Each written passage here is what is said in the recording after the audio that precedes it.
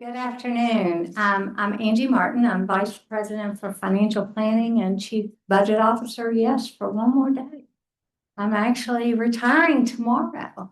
Thank you. I am coming back in steps like so many people do, just to help on a couple of projects, but I'm going to spend more time with my grandson. So I'm really looking forward to it. But it's kind of bittersweet, actually, because I like what I do. With regard to the fiscal year 2026-27 budget, these are the same slides that I gave to the Finance Committee of the Board of Trustees. Please stop me anytime if you have any questions. But as you probably know, the university, the entire consolidated university, including UK Healthcare, operates on a fiscal year of July 1 through June 30. So we just finished the old year. The books are still open. That's still getting settled. And we have started the new year. Now, I'm going to go over 4 different topics, and the first is our budget development principles. President Capilouto is an extremely thoughtful and man that really, before approaching anything, asks the difficult questions. You know, what is the purpose of what we're doing? What are the principles that we're going to try to abide by? And these 4 principles we've been using for his tenure so far at the institution.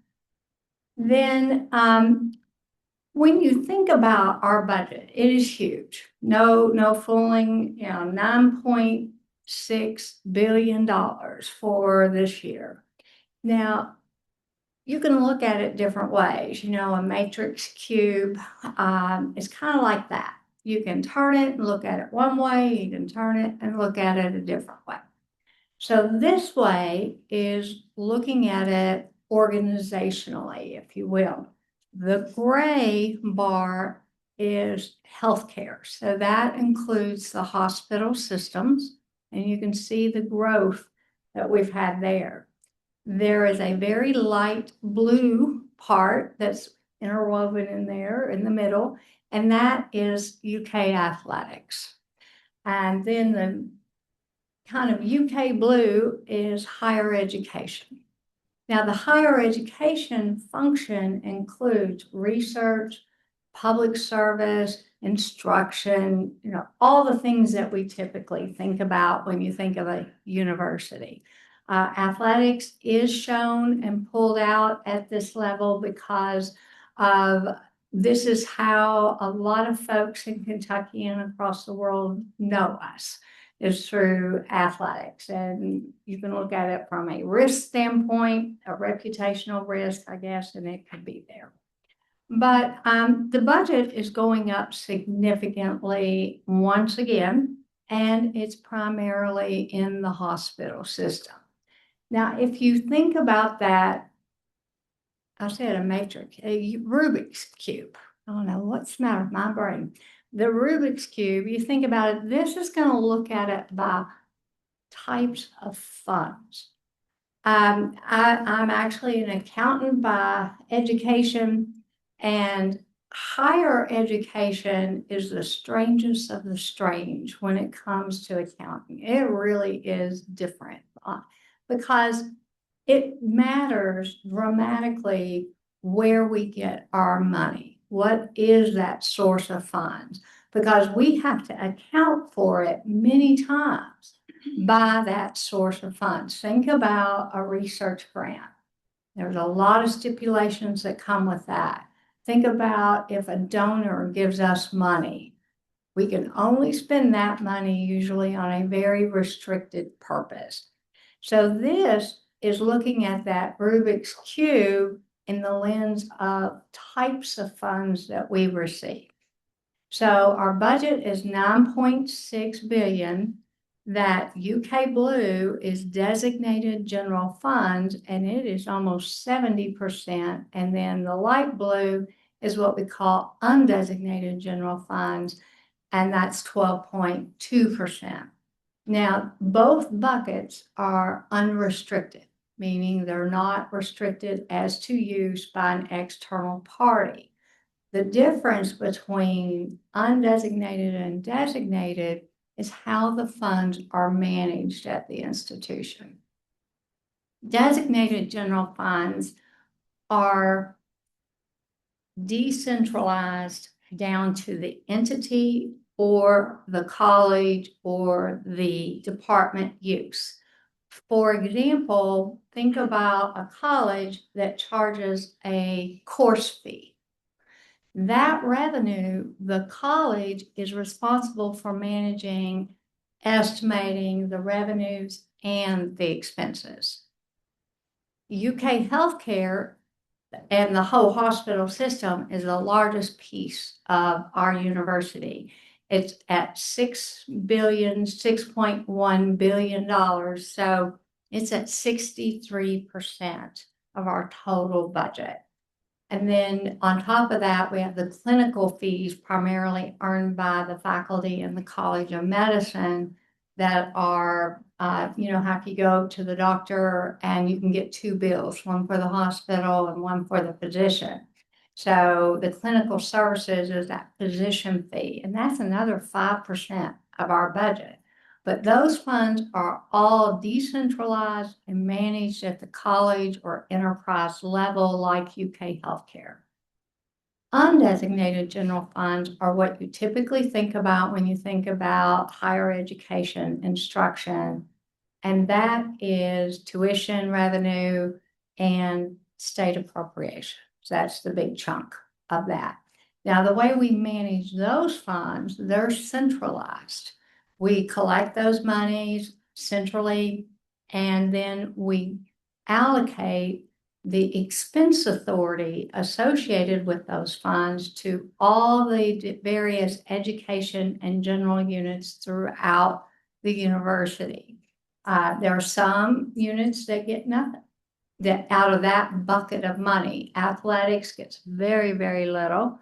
UK healthcare gets none out of that bucket. Now, the percentage of undesignated general funds has really changed over time, and we're going to look at that. It's getting smaller and smaller because the designated general fund bucket is getting larger and larger. So the growth is really happening there. Now, the other three types of funds, we have auxiliary funds, and these are self-supporting funds, and that's about 3.3%. The largest one is athletics. And then we have restricted funds. That's where our research grants and contracts and those gifts, and that's about 6%. And then we have fund balances. When I talked about the strangest of the strange in accounting, this is it. We budget the savings we've had in prior years that we think we may want to spend in the current year. Most They businesses can't find their way out of a raw piece of chicken, but yet they can name a building without even telling them. Sure. Fine, please mute. Okay, so one thing, if you compare our budget to any other university, you've got to realize we're very unique in that we have a lot of things under the tent. I like to describe it that everything's under the tent.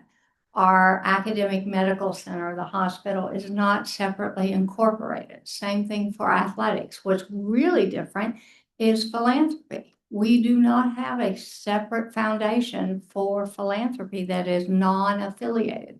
We are the only public university in the state that's like that. Most universities are set up that they have a development or philanthropic foundation that's separate and apart from the institution. That's what's really attracted a lot of our leaders over the years because they see it that we've got all our resources in one spot. Now, I'm going to focus on that 12.2% of the budget, the tuition and state appropriation piece, because we do decentralize those other funds are managed by the deans of the colleges, managed by UK Healthcare.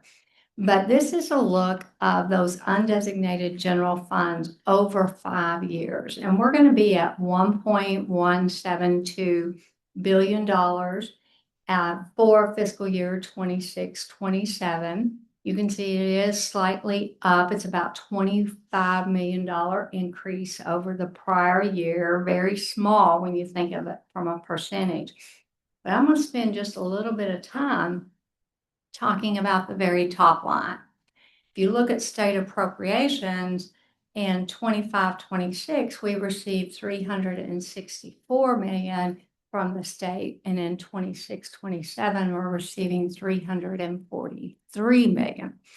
Now, the reason that it's going down, actually, we've known about it, we've planned for it, but if you look at that special appropriations line, you'll see that it was at 26 million, then it went to 25 million, and now it's all the way down to 0.5. And that is because the Kentucky General Assembly appropriated they appropriated $25 million to us in 25-26 and also in 24-25, and said this is coming from the budget reserve trust fund of the state. It's like their non-recurring pot. And they said, you're going to get this money. It's for very specific purposes. You're only going to get it for 2 years, and then it's going away. So the biggest piece is $20 million for the Center for Applied Energy Research. They got that for 2 years. And then the Markey Cancer Center got $5 million for the NCI designation and folding all that in. But they knew from the beginning that it was just a 2-year appropriation. But when we show comparisons, it does reflect that. Now, we use different budget models throughout the university, depending on the type of funds it is, and are they centralized or decentralized. So for those undesignated general funds, we use what's called a hybrid budget model. We use generally an incremental. Think about your own personal budget. You're going to figure out how much more money do I have and where am I going to spend that. That's incremental. Another method would be zero-based, which means every year I'm going to start from zero and I'm going to go through and look at every single dollar and how I spend it, and I may make a different decision on it. We use generally incremental for a good part of it. And you'll see here that those state appropriations, like I said before, is going down 21.1 million, but we have 3.1 million that's included in that to the good on performance funding. I'm going to talk about that in just a second.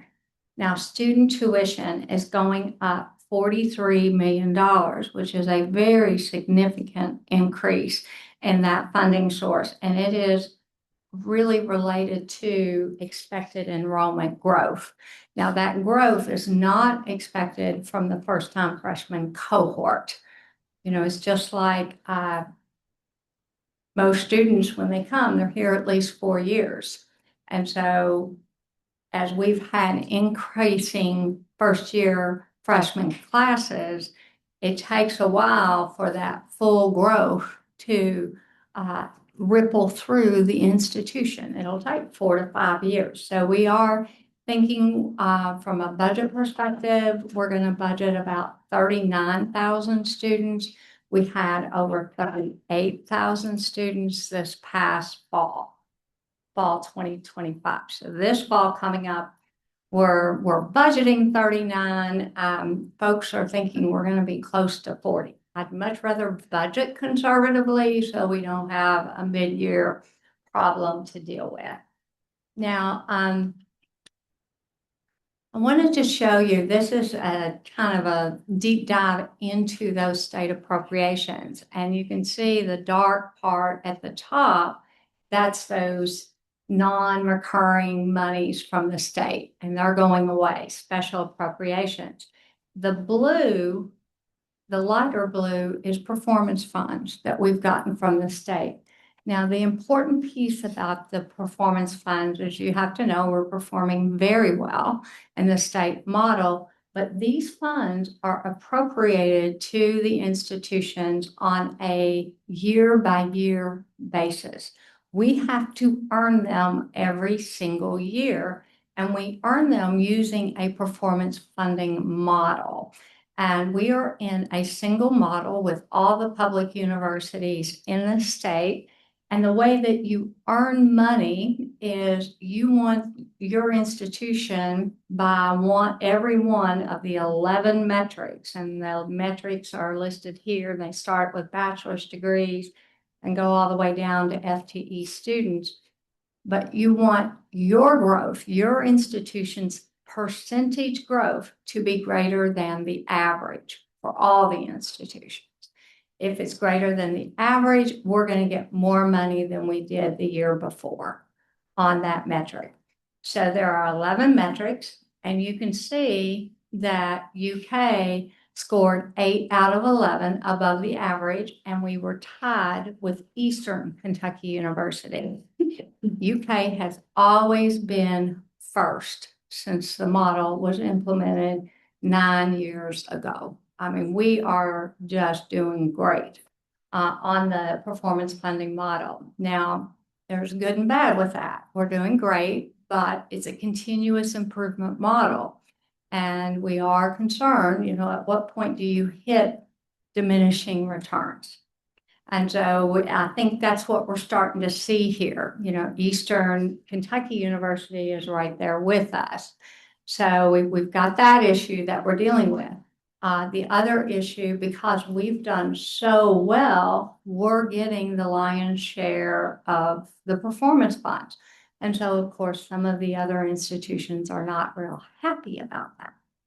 So, and if you look at how the model was developed, I was very involved in the development of it 9 years ago. And the entire group of players that are now reviewing the model right now are all new, except for President Capilouto and myself. And I mean, all the other institutions' presidents are new, their budget officers are new. So they're really questioning a lot of parts of the model. And like anything, this was a negotiation. Of course, I think it's very fair. It reflects the actual performance, but we shall see how it comes out. From a timeline perspective, this work group must make its recommendation on the performance funding changes, if there should be any changes, by December 1st to the General Assembly. Over half of the work group is now made up of legislators. There's now 10 legislators on the work group. Most of them are new. They're having to learn about the model, but we're going to have to move rather fast. And this is one of the projects I am really going to be working on is performance funding. But as of now, we're doing great. We know what our appropriations are for 26, 27. We're very engaged in the model development going forward. Tuition and mandatory fees. This is just to remind you of that actually in April, the Board of Trustees approved the tuition rates. This is undergraduate, resident, full-time rate for the fall semester. The rates went up 1.9%. If you look at the change every over 4 years, what was the annual change? It was 2.5%. So I would say ever since, we're getting it off for fall 2016, the state went through a really hard time where institutions were cut, but we have not had increases like we had in 16 or 17 for quite a while. Then the Kentucky Constitution actually requires us to have a balanced budget. I should have said that from the beginning. It's not like a company where you have a profit. we have to balance, we have to show that our revenues will equal our expenses in budget. It never works out that way, but we have to plan that way. So if we have $24.6 million just of new revenue, how are we going to allocate those funds? Now, what we have here is, as we went through our priorities, the president really wanted to recommend to the board, and the board approved that we're going to increase incrementally our new expenses by 62.5 million. So how do we come up with the difference?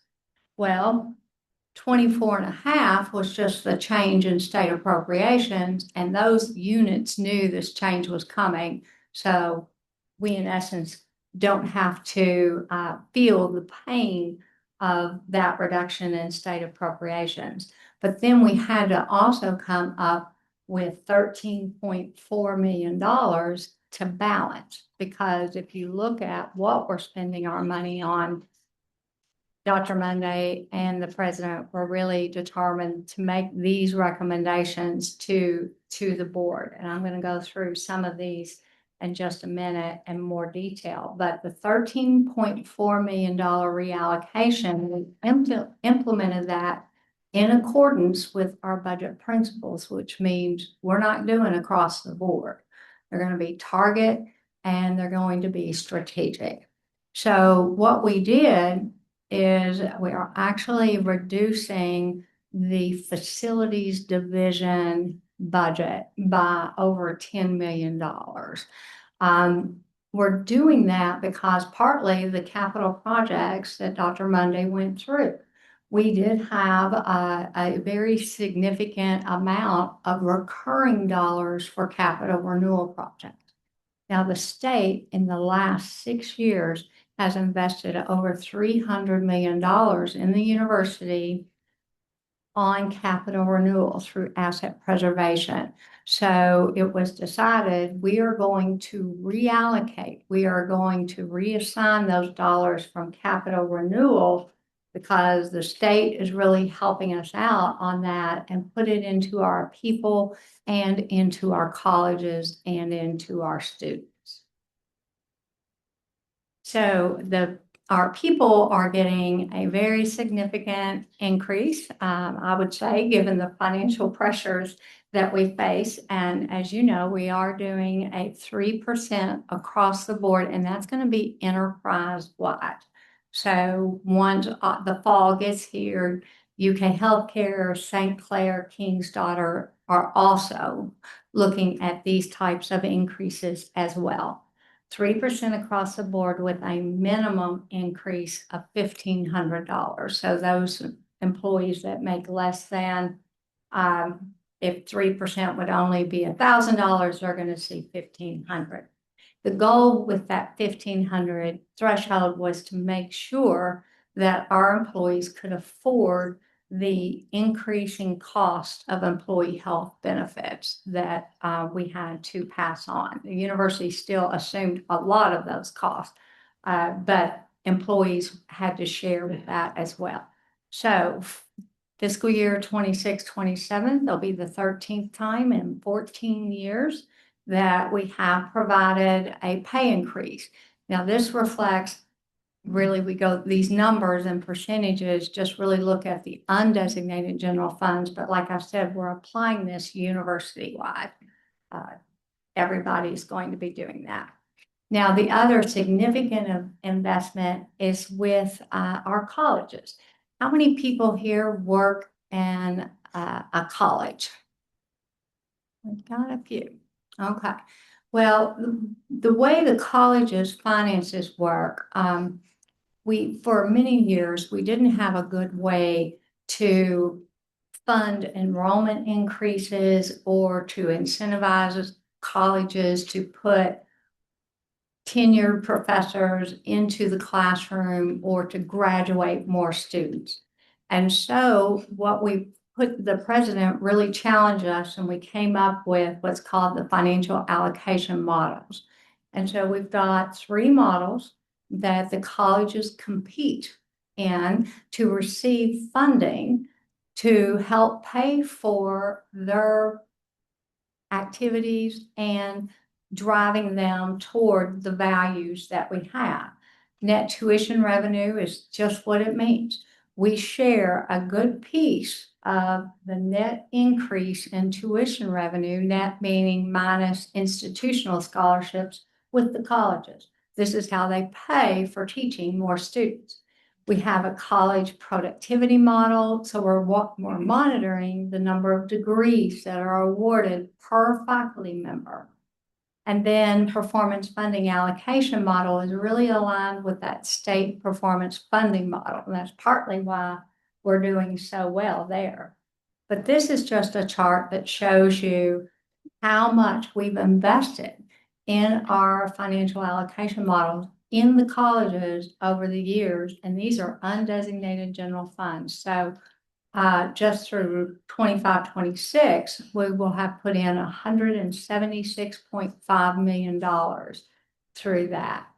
Then, of course, we also invest money every year in students. And we do that in many ways. One way is to fund institutional student financial aid. So this is aid that we award to students that does not come from the federal government, didn't come from the state like a KEYS or CAP or something. It is coming from tuition dollars and state appropriation. And we are reallocating, well, we're taking those dollars and appropriating them so that we can award aid to students. And one of our biggest programs is the LEADS program. You may have heard about that, where it really looks at the need of the student to award. But the orange line is the number of students that we have, total head count. And then you'll see for fiscal year 27, we're going to have $190 million budgeted for that institutional scholarships. Now, this is my last slide. One of the things the president always likes to do at the end of the process is to say, okay, did we do what we said we were going to do? And so we go through the budget and we look for investments that we've made and we align them to one of the 5 strategic plan pillars.